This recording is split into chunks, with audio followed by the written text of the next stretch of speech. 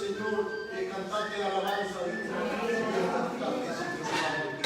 Gracias te da mi vida en mi corazón, Señor, porque tú me das la fuerza, Señor, de encontrarme esta noche aquí, Señor, para escuchar tu santa palabra.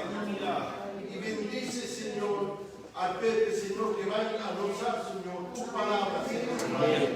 Esa palabra, Señor, que va a llenar, Señor, toda la alma que se encuentra aquí. Y aquí sea toda la gloria. Gloire à Dieu, alléluia.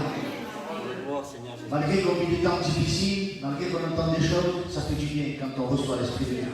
Alléluia. Ça apaise les cœurs, ça fait du bien. Et vous savez, on ne peut pas le créer ça. Même si on se remet à faire, on ne peut pas créer ça. Ça vient d'en haut, ça vient du ciel. Nous, on doit simplement faire ce que la Bible dit. Prêchons l'évangile, chantons des cantiques. Et puis après, c'est Dieu qui fait. Il y a des réunions où on va tous pleurer, on va tous parler en langue, où on va tous être remplis comme moi, mais il y a des fois où la parole de Dieu va être annoncée et personne ne va réagir. Mais le plus important, c'est pas qu'on ait des frissons. Le plus important, c'est pas que l'on pleure. Le plus important, c'est pas que le mur tremble. Le plus important, c'est que tu reçoives la parole. Alléluia. La parole ne peut pas sortir de son contexte. Le Saint-Esprit ne peut pas agir en dehors de la parole. La parole doit être primordiale. Bendito sia Dio. Et je crois que l'Église de Dieu, c'est apprécié quand le Saint-Esprit est là. Alléluia. Nous devons savoir apprécier ces bons moments. Bendito sia Dio. Personne, les frères, personne, rien ne peut t'empêcher de rencontrer Jésus. Le problème d'argent ne peut pas t'empêcher de rencontrer Jésus. Une maladie ne peut pas t'empêcher de rencontrer Jésus. Les problèmes dans la famille ne peuvent pas t'empêcher de rencontrer Jésus. Alléluia. Et ce soir, tu as l'occasion de le rencontrer. Alléluia. Même si tu l'as déjà rencontré, eh bien tu as l'occasion ce soir d'être rempli, d'être renouvelé, d'être rassasié de la part de Dieu. Alléluia. Parce qu'on a besoin tous les jours de Dieu. C'est pas simplement un acquis, c'est pas simplement oui, je l'ai déjà, je la collectionne. Non. On ne collectionne pas les choses de Dieu. On s'amasse des choses de Dieu. Tous les jours, on en a besoin. Chaque matin, on en a besoin. Chaque minute, chaque moment, chaque seconde, on ne peut pas s'éloigner de Dieu. Alléluia. Alors, on va lire un chapitre dans l'évangile de Marc, au chapitre 10, et à partir du verset 46. Il dit, c'est de la manière. Marc 10, 46. Ils arrivèrent à Jéricho. Et lorsque Jésus en sortit avec ses disciples et une assez grande foule, le fils de Timée, Bartimée, mendiant, aveugle, était assis au bord du chemin. Il entendit que c'était Jésus de Nazareth. Et il se mit à crier, « Fils de David, Jésus, aie pitié de moi !» Plusieurs le reprenaient pour le faire taire. Mais il criait beaucoup plus fort, « Fils de David, aie pitié de moi !»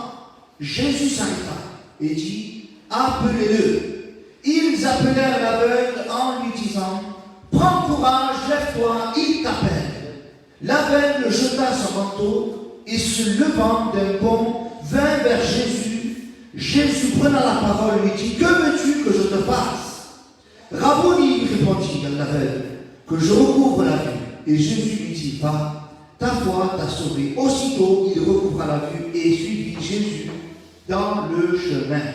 Alléluia. Voilà un personnage que ça fait beaucoup d'années qu'on prêche, qu'on connaît. Mais qu'importe, la parole de Dieu, elle est toujours d'actualité. Elle parlera toujours. Même si on passe 30 ans, on parlera toujours de Bartimée et de Jésus quand il s'arrêtait. Il dit, apportez-moi-le. Pourquoi? Parce que c'est la parole de Dieu. Bendito sia Dio. Alléluia. Alors là, il dit, ils arrivèrent à Jéricho. C'est-à-dire qu'avant d'arriver à Jéricho, ils étaient dans un endroit. Et l'endroit où ils étaient, dans le verset 17, il dit qu'ils ont pris une rencontre avec quelqu'un. Il y avait Jésus avec ses disciples, ils ont pris une rencontre curieuse avec un homme appelé un homme riche. Un homme riche qui n'avait pas de problème d'argent, puisqu'il était riche, il n'avait pas de maladie, la Bible ne le dit pas, et il n'avait pas de problème de vieillesse, puisqu'il dit qu'il était jeune. Donc il avait tout ce qu'il fallait pour être en bonne santé et être bien dans la vie. Et là, il faut cette rencontre avec Jésus. Mais cette rencontre, il n'est pas reparti avec Jésus dans son cœur. Parce que oui, les frères, il y a des gens qui peuvent venir à l'église, ils peuvent faire partie de nous, et peuvent même rester longtemps avec nous, mais après ils peuvent repartir tout tristounis. Et sans Jésus dans leur cœur. Mais je crois que ceux qui nous sommes là ce soir, nous avons rencontré Jésus, et lorsque nous sommes repartis avec Jésus. Alléluia. Et là, ben, Cet homme-là, pourtant, il n'avait aucune maladie, rien de particulier. Il est reparti sans Jésus. Pourtant, lorsque Jésus continue sa route, il dit qu'il arrive à Jéricho. Jéricho, les frères et sœurs, eh bien, c'est plus loin que Jérusalem. Et ça me rappelle cette fameuse parabole, lorsqu'il est dit, il descendait un certain homme qui descendait de Jérusalem à Jéricho. Si Jésus est arrivé à Jéricho, c'est parce qu'à un moment donné, il est descendu de Jérusalem. Mais là, la Bible dit qu'ils allaient en remontant vers Jérusalem. Mais à un moment donné, s'ils sont remontés, c'est parce qu'ils sont descendus. Quand tu descends tout seul de Jérusalem à Jéricho, les brigands viennent te prennent, te débrouillent des rançons au palier. Mais si Jésus est avec toi, tu n'arrives à rien. Alléluia. Parce qu'il est nécessaire d'aller à Jéricho, les frères et sœurs. Pourquoi? Pour sortir les âmes du feu. Parce qu'il y avait des âmes qui avaient besoin de la grâce de Dieu là-bas à Jéricho. Mais il ne faut pas y aller tout seul. Il ne faut pas dire que je descends de Jérusalem à Jéricho parce que là-bas il y a des brigands. Ils nous dépouillent. Le poco que tenemos de Dieu te lo quita. Ils vont t'enlever le peu que nous avons de Dieu pour faire des choses qu'ils ne sont pas. Mais si tu as Jésus dans ton cœur, tu peux descendre à Jéricho qui est symbolisé par le monde, mais pour prêcher l'évangile, pour témoigner, pour amener ta famille à Christ, alléluia. C'est important, les frères et sœurs, alléluia. Donc là, il est dit, ils arrivèrent à Jéricho. Et bien. Donc normalement, si Jésus arrive dans un endroit, il doit se passer quelque chose. Vous êtes d'accord, mon frère? Jésus ne va pas arriver quelque part, il va rien se passer, c'est pas possible. Quand Macron se déplaçait à Marseille, ils ont bloqué tous les tunnels, tout. Il y avait une catastrophe pas possible. Mais si Jésus vient, il doit y avoir quelque chose aussi qui se passe. Il y a un mouvement qui va se passer, quelque chose de bon qui va se passer. Et là, il dit qu'ils arrivent à Jéricho. Et lorsque Jésus est sorti, c'est pas quand il est rentré qu'il s'est passé la rencontre avec Bartimée, c'est quand il en est sorti. Donc c'est important, les frères et sœurs. Et Jésus, là, il dit, et lorsque Jésus en sortit avec ses disciples, alléluia, parce que Jésus ne se sépare jamais de ses disciples, alléluia. Jésus est toujours avec son Église, alléluia. Qui ne croit que Jésus est toujours avec son Église? Qui ne croit que Jésus ne se sépare pas de son Église, alléluia. Il ne peut pas se séparer de l'Église. Tu sais pourquoi, mon frère, ma soeur? Parce que Jésus est mort pour elle, alléluia. Jésus a donné sa vie pour l'Église. Il ne peut pas se séparer de l'Église. Dieu t'aime, l'Église de Dieu. Dieu t'aime, l'Église de Dieu. Il ne peut pas se séparer de toi avec tes ton cerveau. Et donc il dit lorsque Jésus en sortit avec ses disciples et avec une grande foule, là il y avait le fils de Timée, Bartimée, qui mendiait, il était aveugle et il était assis au bord du chemin. Je rappelle, cet homme était assis où? Au bord du chemin. C'est à l'aise, au bord du chemin. Je crois qu'on est plus à l'aise sur une chaise qu'au bord d'un chemin. Le soir, il fait froid le bord du chemin. Il n'y a pas une toit au bord du chemin. Il y a la poussière. Il y a le soleil qui frappe. Ce n'est pas un endroit confortable. Mais laisse-moi te dire une chose. Avant qu'on connaisse Jésus, toi et moi, on était aussi dans nos péchés, assis dans notre péché. Et même si on était inconfortable, même si on était dans l'inconfort, on se plaisait. Et Bartimée, peut-être que tous les matins, je ne sais pas, la Bible ne dit pas ça, mais peut-être que tous les matins, il avait sa place, au petit endroit là. Peut-être que le chemin faisait tout selon là, et Bartimée avait l'habitude de s'asseoir là. Et tous les matins, il devait s'asseoir là. Et tous les jours, il devait s'asseoir là, Bartimée. Eh bien, nous, tous les matins qu'on se levait, qu'on n'avait pas Jésus dans notre cœur, on était assis dans l'inconfort. Pourtant, le péché, les frères et sœurs, une fois qu'on a reçu la connaissance de Dieu, que le péché n'est pas une bonne chose, on se dit, c'est confortable le péché. C'est pas quelque chose de bon le péché. Et comment on comprend que des gens se plaisent dedans? Comment on comprend que des gens aiment vivre dans le péché? Parce qu'ils n'ont pas rencontré Jésus. On s'habitue à une situation. Les frères, quand on a l'habitude de souffrir, moi j'ai entendu des gens qui ont souffert toute leur vie. Et arrivé à 60 ans, ils disent, de toute façon, ma vie c'est ça. Je suis habitué à ça. Je ne connais pas autre chose, moi je connais que la souffrance. Donc je suis né en fait pour souffrir. Mais en réalité, non, nous ne sommes pas nés pour souffrir. Ils connaissent que la souffrance, pourquoi? Parce qu'ils n'ont pas connu le bonheur. Mais si ces gens-là, on leur propose un petit peu de bonheur, tu crois que tu ne dois pas sortir de celui-là assis dans l'inconfort? Mais c'est normal, il n'avait pas autre chose, lui. Il n'avait pas le choix. Il n'avait que cette place. C'est là où il avait une identité, Bartimée. C'était grave, il est là, l'aveugle. À un moment donné, on l'appelle même plus Bartimée, on l'appelle l'aveugle. Parce que le péché ne te donne même plus le nom. Il te sert de tel point que tu n'as plus d'identité. Tu n'es plus, excusez-moi pour la parole, nous ne sommes plus rien. Mais Jésus, il est venu, il a donné sa vie pour toi. Alléluia. Et il te dit, voilà, le bord du chemin, c'est pas fait pour toi. viens sur moi. Alléluia. Et il dit là, à un moment donné, que Bartimée entendit que c'était Jésus de Nazareth.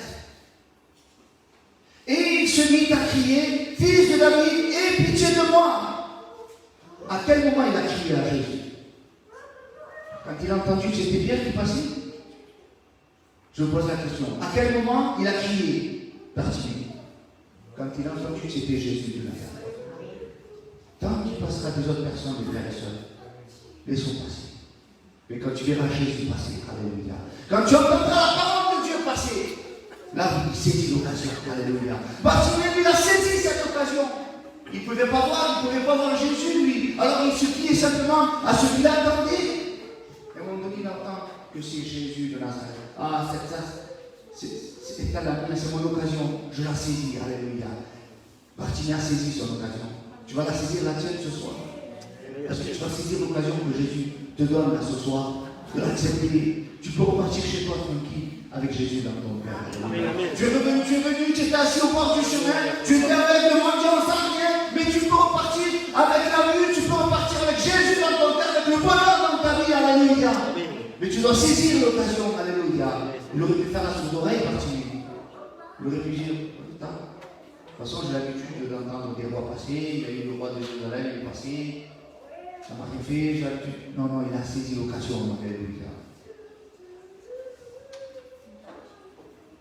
Alors je te demande ce soir, n'endurcis pas les oreilles de ton cœur. Le verset ne dit pas comme ça. Il ne dit pas, Fils de David, Jésus, regarde comment je suis. Moi je suis gentil, je vais à la réunion, je fais de mal à personne. Je fais ci, je fais rien de mal, moi. Il ne dit pas ça. Bartimée ne dit pas, mais Seigneur, tu vois, moi je suis un bon juif, moi. Non. Bartimée s'humilie devant Jésus. Il dit, Seigneur, je suis un pécheur, moi. J'ai besoin de ta grâce. Alléluia. Voilà comment on va se présenter devant Jésus. On ne doit pas se présenter en disant, moi, pourquoi j'ai la réunion? Non, je travaille. Je fais du bien, je fais ci. Oui, mais ça ne fait pas de te sauver, ça. Jésus n'a pas dit ça, Bartimée n'a pas dit ça à Jésus. Bartimée a dit, Fils de David, aie pitié de moi. Regarde comment je suis. Je suis un pauvre pécheur misérable, privé de la gloire de Dieu. Alléluia. Et là, il va dire qu'il y a un événement spécial qui c'est. Et plusieurs le reprenaient pour le faire taire. Quel malheur. Une âme qui se sauve. Et les gens qui sont avec Jésus, et les gens qui sont là, veulent le faire taire. Je ne sais pas si c'était ceux qui étaient avec Jésus, si c'était d'autres. En tout cas, les gens veulent le faire taire. Mais tu crois que ça a découragé à Bartimée, ça? Tu crois que les épreuves de la vie vont te décourager? Parce qu'à un moment donné, tu es passé par une difficulté, tu étais sur le point de venir aux réunions, tu étais sur le point d'entendre la parole de Dieu, mais il s'est passé quelque chose, et au lieu de crier plus fort, tu t'es laissé. Eh bien, tu t'es laissé envahir par les émotions. Et t'as des rats, tu t'es laissé. Oui, mais voilà ce qui m'est arrivé. Il y a ça. Non, Bartimée n'a pas dit voilà, Seigneur. Tu vois, j'avais l'occasion de venir te voir. J'ai eu l'occasion, mais voilà, à cause d'eux, je n'ai pas pu te rencontrer. Non, personne ne peut t'empêcher de rencontrer Jésus. Pas la maladie, pas les problèmes d'argent, pas les problèmes de voiture. Il n'y a rien qui t'empêche de rencontrer Jésus. Alléluia. C'est entre toi et Dieu. Si toi tu le veux, tu peux le rencontrer. Parce que Jésus se laisse trouver par un cœur sincère, par un cœur véritable. Alléluia. Et il va dire que là, plusieurs le reprenaient. Ce n'est pas le diable, hein. Parce que beaucoup, le diable, il a péché que j'aille à la réunion, parce que aussi. Non. Bien des fois, c'est nous-mêmes qu'on s'empêche tout seul de rencontrer le Seigneur. Mais que Dieu fasse, les frères et sœurs, que par notre conduite, par notre témoignage, on ne puisse pas empêcher les autres de venir à la réunion.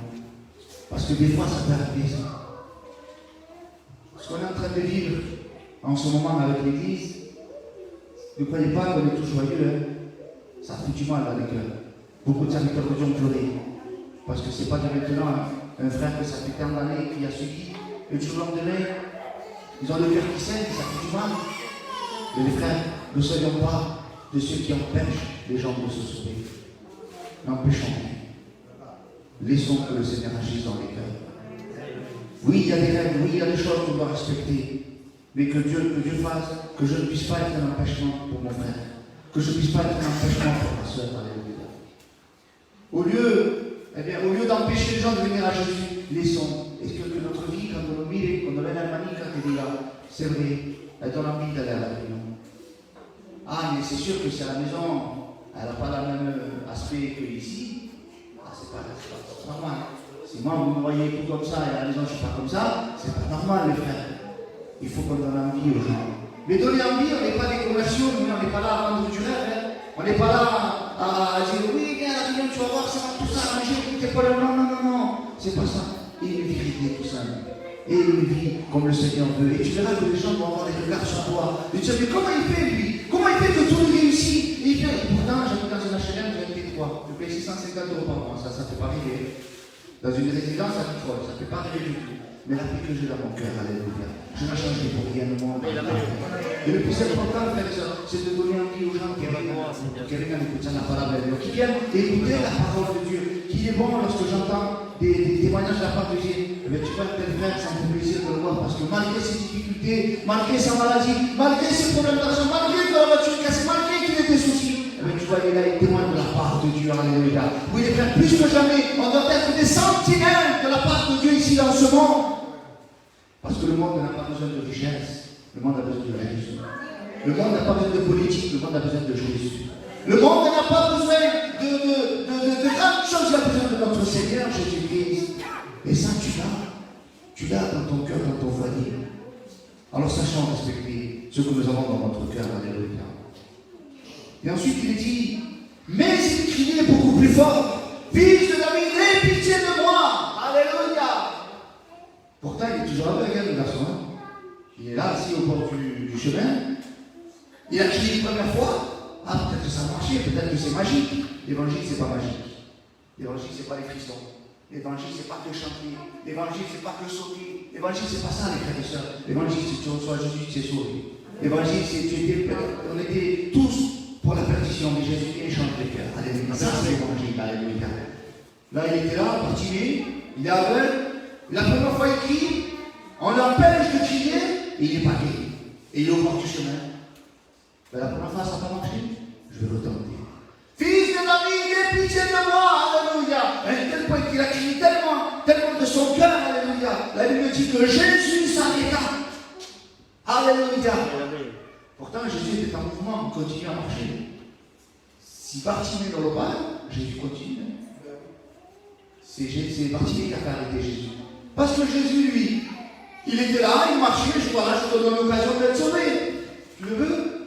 Oui, à toi d'acclamer, à toi de crier, parce que sinon il continue sa route. Mais là, Bartimée a su toucher le cœur de Jésus. Stop, Jésus, arrête-toi, je suis là, j'ai besoin de ta grâce, alléluia. N'ayons pas plus d'amour que Jésus, mes frères et sœurs.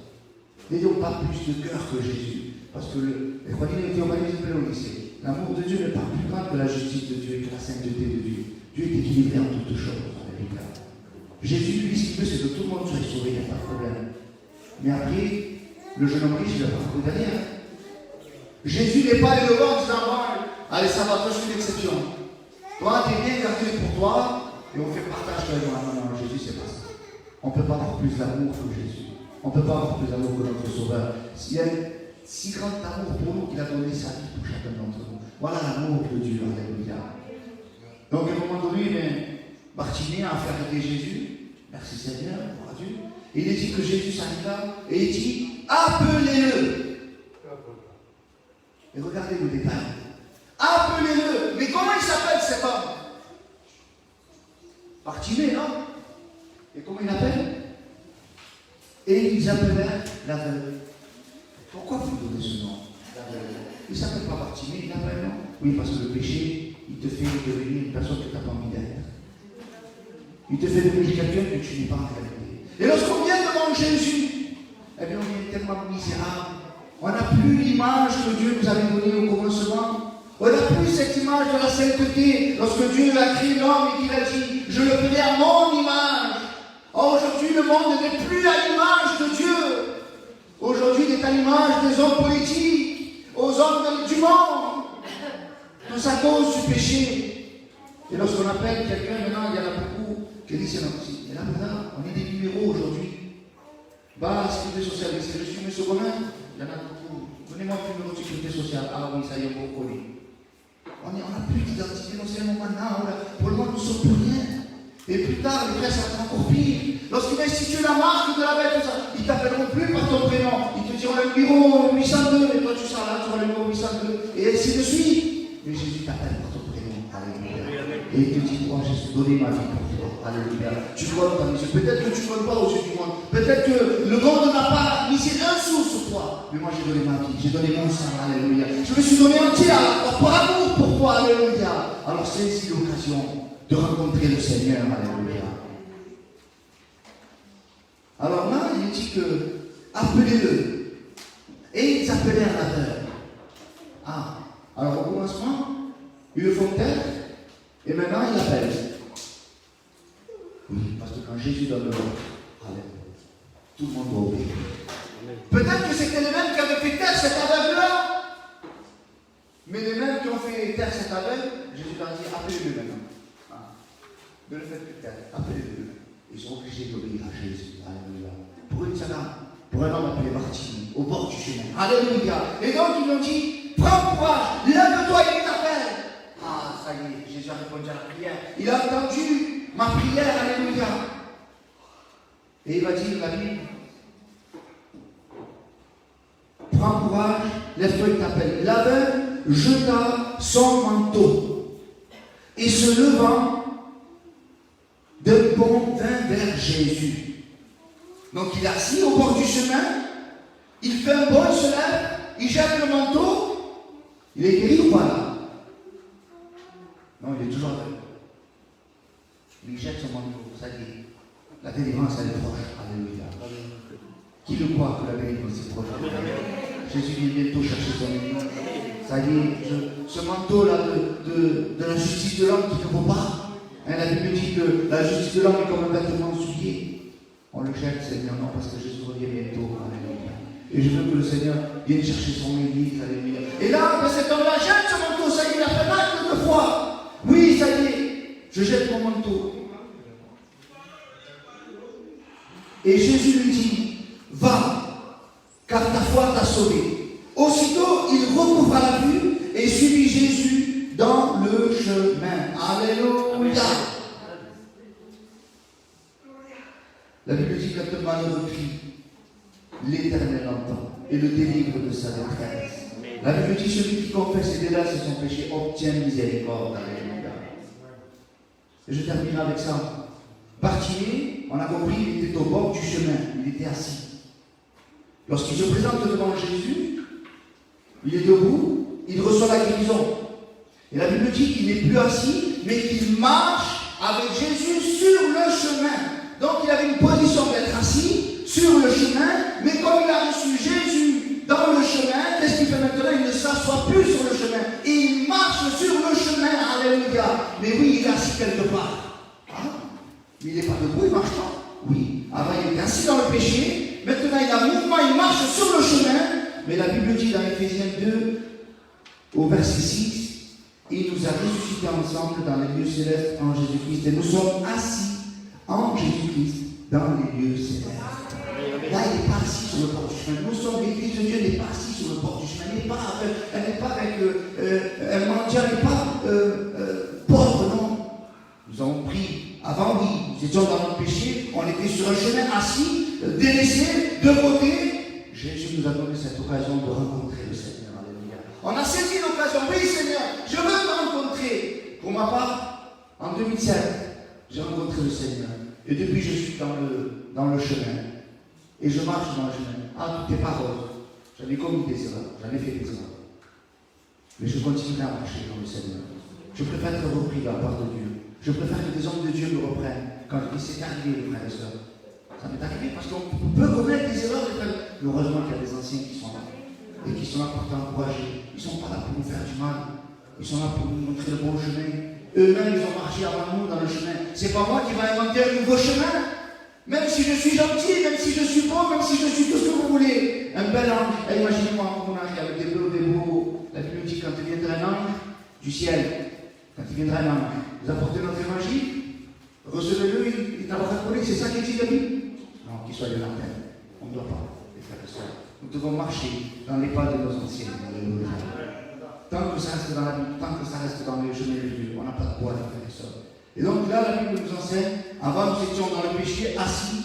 Depuis, nous sommes en mouvement, nous marchons sur le chemin, mais nous sommes assis en Jésus-Christ dans les lieux célestes. Alléluia. Mais peut-être que tu es encore assis et ce soir, tu as l'occasion de rencontrer le Seigneur. Alors, ce qu'on va faire, les frères, nous allons prier tous ensemble. Amen. Nous allons rendre grâce à Dieu pour ce moment, pour l'occasion que Dieu nous donne de pouvoir le rencontrer. Alléluia.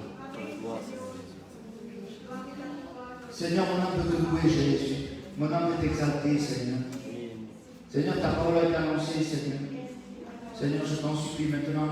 Eh bien, je ne veux pas faire celui qui va faire taire, Seigneur, celui qui crie à toi. Au contraire, je veux être celui qui va encourager, qui dit, prends courage de mettre ta peine. Seigneur, oui, tu vois qu'il y a des personnes qui ont besoin de ta grâce. Fais-les connaître, Seigneur. Ramène-les à la lumière, Seigneur, au nom de Jésus-Christ. Seigneur, ils ont besoin de ta grâce, Seigneur. Je veux t'aider dans le royaume, Seigneur. Je veux t'aider en prêchant l'évangile, en témoignant, en ayant un bon témoignage, Seigneur. Je ne suis pas grand-chose, Seigneur, mais ton église est là. Et elle veut t'aider aussi à être une sentinelle dans ce monde perdu. Aide, Seigneur, mes soeurs, mes frères, Seigneur, à marcher dans tes voies. Ah, Seigneur, lorsqu'on voit ses frères, lorsqu'on voit ses soeurs, le fait que l'on puisse avoir envie de venir écouter l'évangile de Dieu. Seigneur, merci. Merci pour tout, Père, au nom de Jésus-Christ. Amen et Amen. Alléluia.